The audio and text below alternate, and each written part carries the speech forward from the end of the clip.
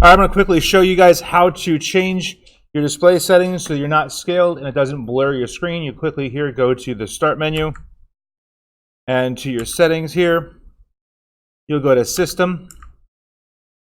And then from System, you want to be in your display settings. Make sure you're in Display. From there, you're going to scroll down until you see Scale and Layout. You want to change Scale and Layout right here from the percentage. You want to make sure it says 100%. It does not matter which one is recommended. Your screen is currently likely on 125%. You want to make sure that it is on 100%, and that will make sure that everything is crisp and clear and fits in your screen appropriately. Your text size will likely change a little bit. That's fine. It'll make everything appropriately scaled, and it'll make it actually look correct. You may change this at any time if you don't like the way things look. I will recommend that you keep it at 100% because that will allow professional applications like Fusion 360 to look correct. Make sure you keep it at 100%. If you have any questions, please ask.